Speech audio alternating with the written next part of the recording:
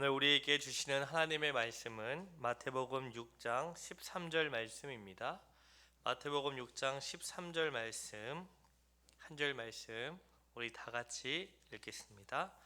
우리를 시험에 들게 하지 마시옵고 다만 악에서 구하시옵소서.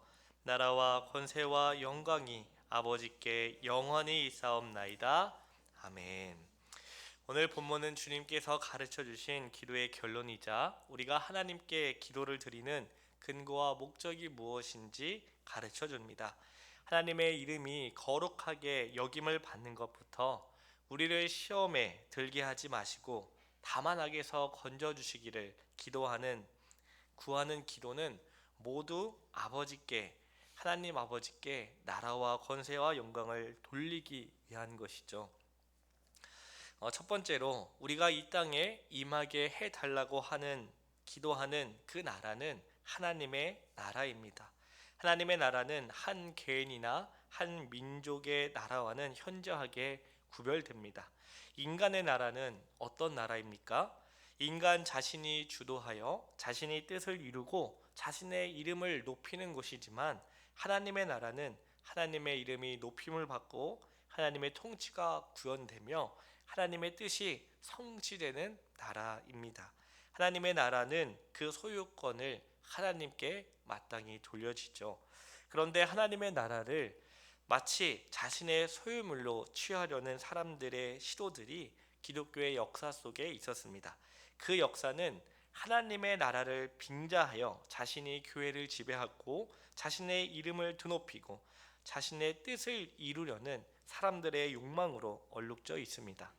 그러나 모든 교회는 하나님께 속한 그분의 나라이고 모든 성도들은 하나님께 속한 그분의 양들입니다.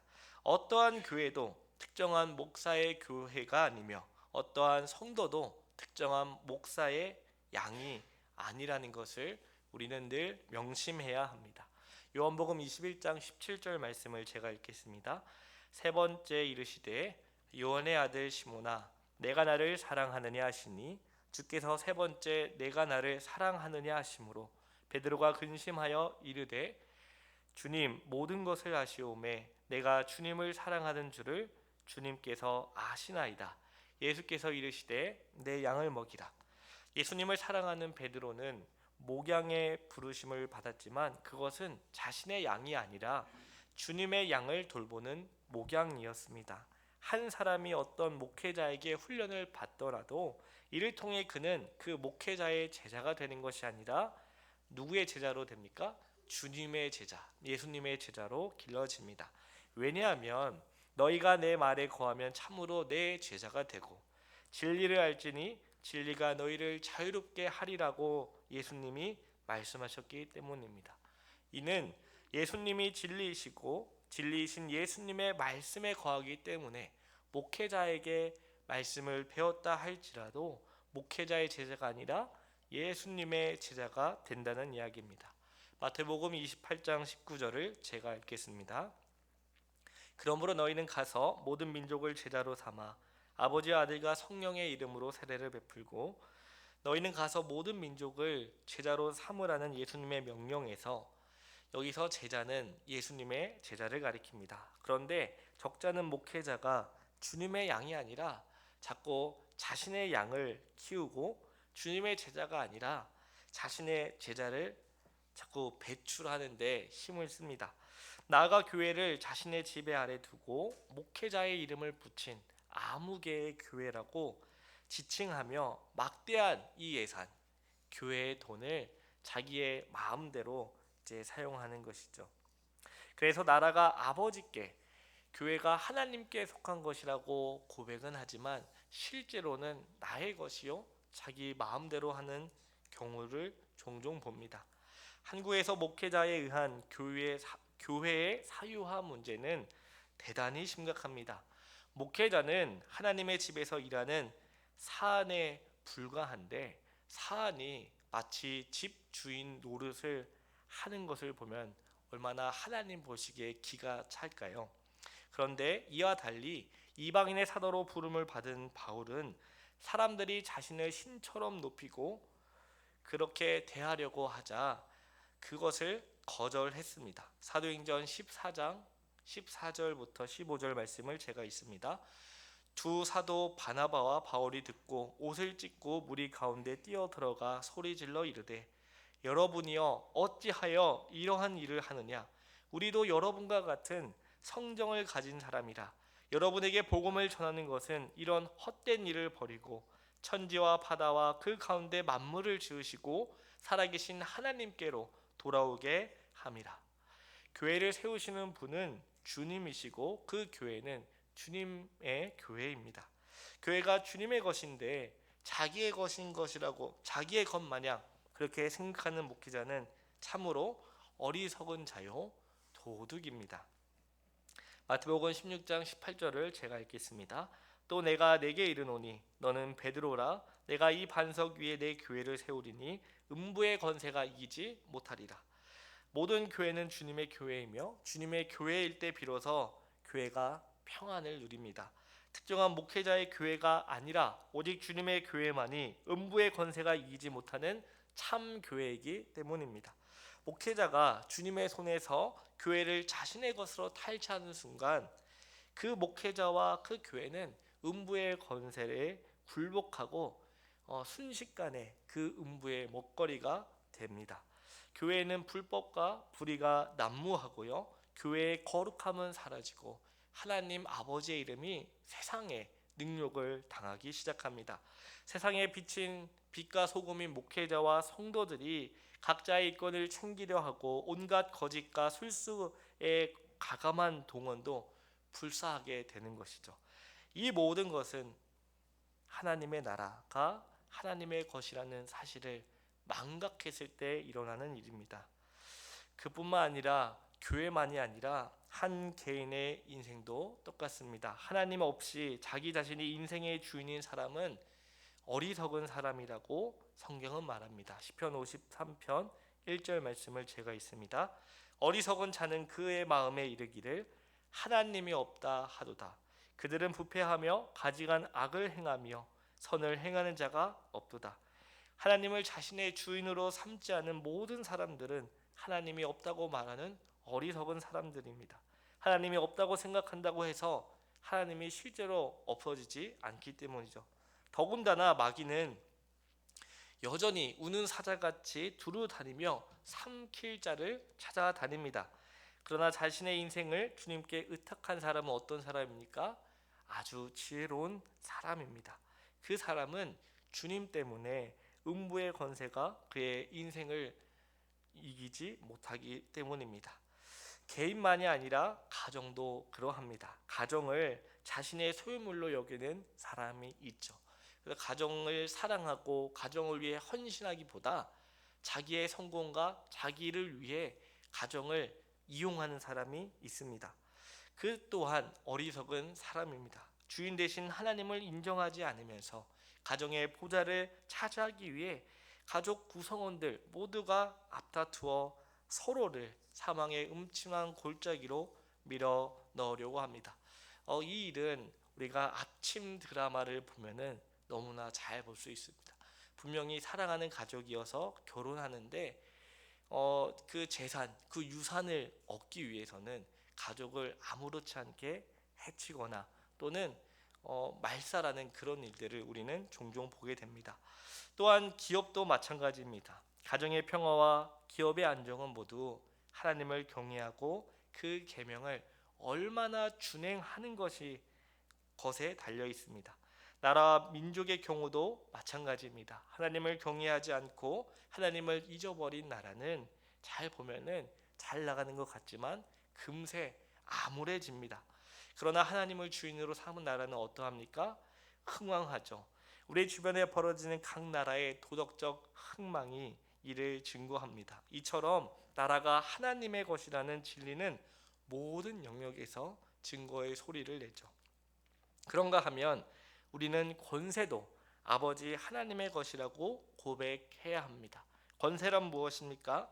권세는 특권, 힘, 영향력, 권위, 통치력 등 이런 모든 것을 권세라고 합니다.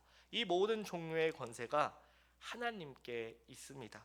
그래서 만물은 그리고 또 만사는 모든 권세의 주이신 하나님의 통치와 섭리와 다스림에 의해 모든 것들이 발생하고 이루어지죠.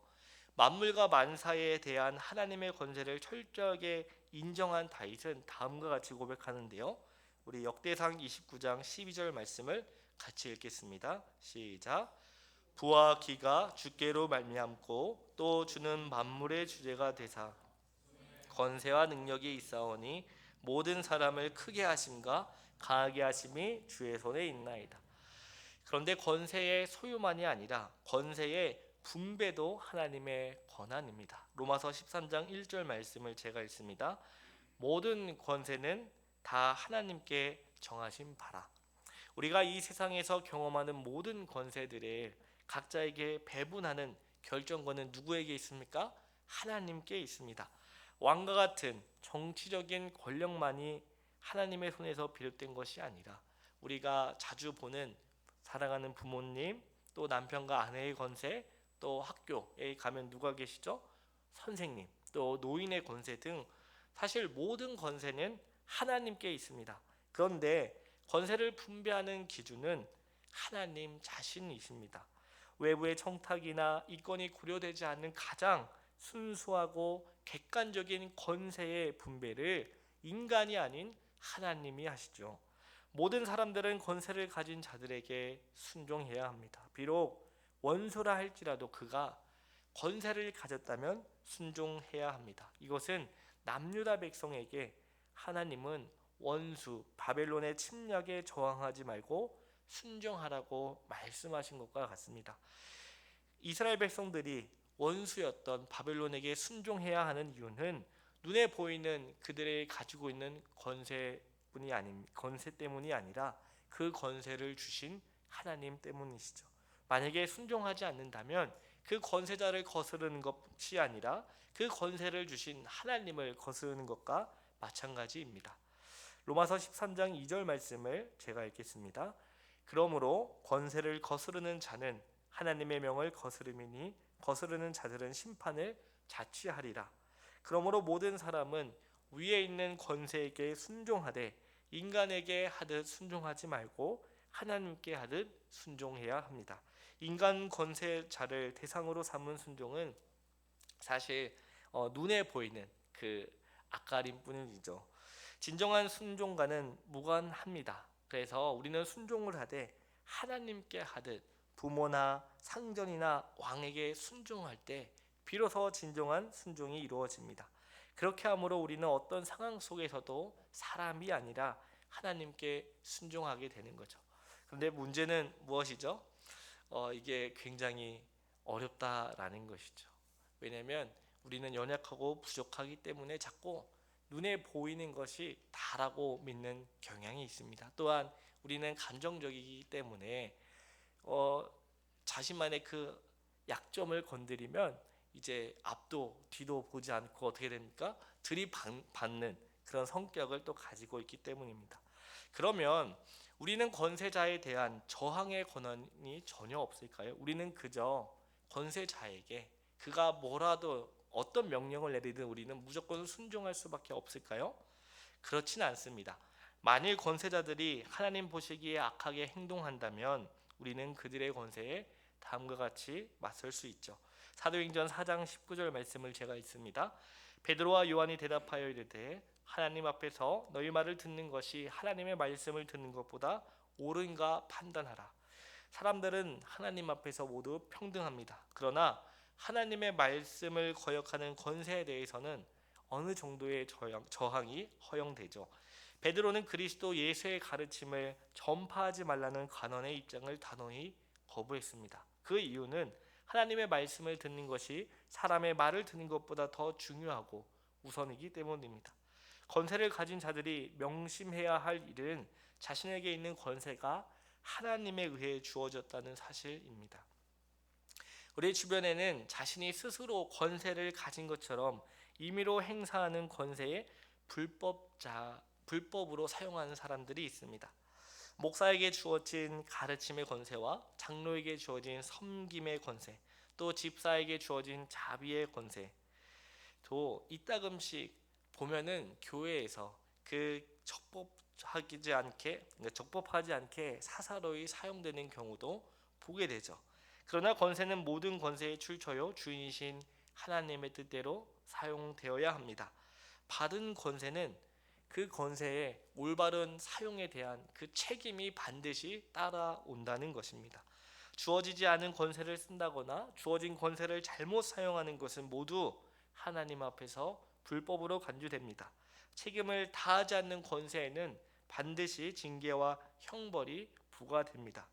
권세를 가진 자는 가지지 않는 자보다 더 큰 책임이 부과되죠. 그래서 야고보는 다음과 같이 말합니다. 야고보서 3장 1절입니다. 내 형제들아 너희는 선생된 우리가 더 큰 심판을 받을 줄 알고 선생이 많이 되지 말라. 야고보는 가르치는 직분을 가진 자들이 받는 심판이 다른 이들보다 더 크다고 합니다.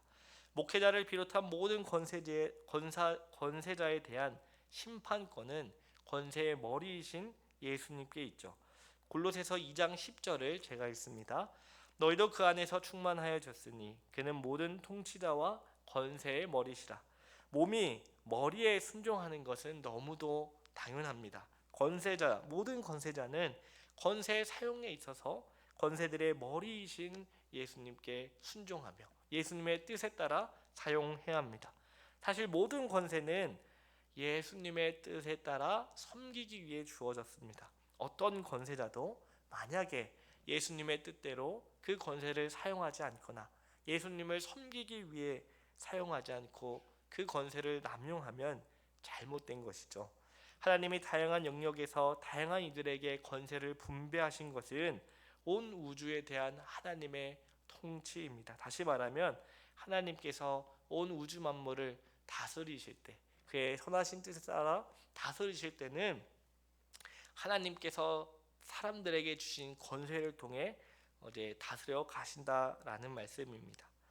그런데 권세만이 아니라 우리가 하나님의 것이라고 고백하는 나라와 권세와 영광은 사실 모두 예수님께 주어졌는데요. 다니엘서 7장 14절 말씀을 제가 읽습니다. 그에게 권세와 영광과 나라를 주고 모든 백성과 나라들과 다른 언어를 말하는 모든 자들이 그를 섬기게 하였으니 그의 권세는 소멸되지 아니하는 영원한 권세요 그의 나라는 멸망하지 아니할 것이니라. 또 고린도전서 15장 12절 말씀입니다. 그리스도께서 죽은 자 가운데서 다시 살아나셨다 전파되었거늘 너희 중에서 어떤 사람들은 어찌하여 죽은 자 가운데 부활이 없다 하느냐. 이 땅에서 모든 권세와 능력은 사실 역할이 끝나면 소멸이 됩니다. 여기서 우리가 주목할 것은 주님께서 마지막 날에 나라를 아버지 하나님께 바치실 것이라는 사실입니다. 예수님은 나라가 아버지께 있다는 사실을 가르치신 그대로 마지막 날에 그 나라를 아버지께 바치십니다. 마지막으로 우리는 모든 영광이 아버지의 것이라고 고백해야 합니다. 모든 영광은 하나님께 있습니다. 그분에게 모든 영광을 돌려줘야 함이 마땅합니다. 이때 영광을 돌리는 방법도 매우 중요한데요. 아버지께 영광을 세세토록 돌리는 최고의 방법은 다음과 같습니다. 로마서 11장 36절 말씀입니다. 이는 만물이 주에게서 나오고 주로 말미암고 주에게로 돌아갑니다. 그에게 영광이 세세에 있을지어다. 아멘. 주님으로부터 나오고 주로 말미암은 만물이 모두 누구에게로 돌아갑니까? 주님께 돌아가야 영광이 세세토록 하나님께 돌아갑니다. 죄로 말미암은 인간은 하나님의 영광에 이르지 못하였습니다.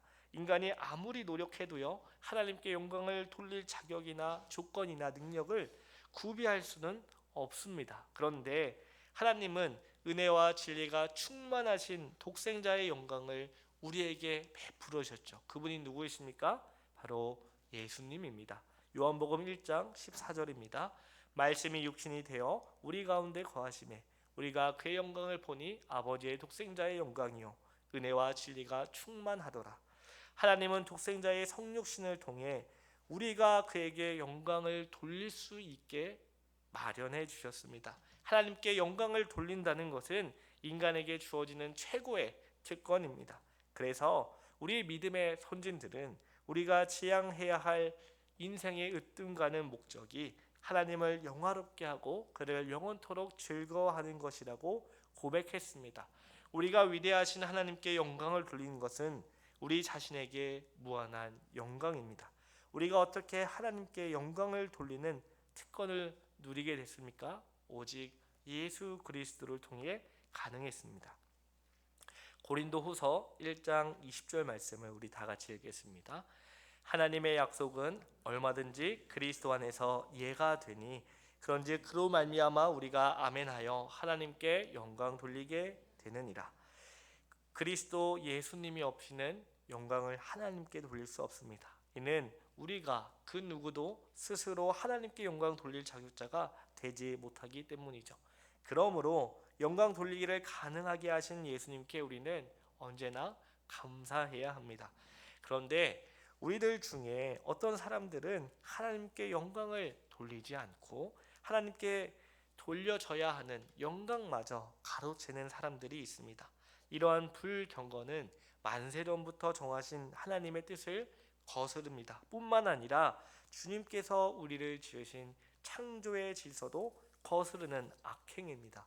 모든 죄인들은 타락한 본성으로 인해 하나님과 비기려고 합니다. 이러한 교만한 기질은 안타깝게도 교회 안에서도 빈번하게 일어났죠. 설교를 잘하고 또 판단을 잘하고 봉사를 잘하면 우리는 자신도 모르게 어떻게 돼요? 어깨에 힘이 들어가고 또 목소리가 커지고 또 점점 자기의 세력을 과시하려고 합니다.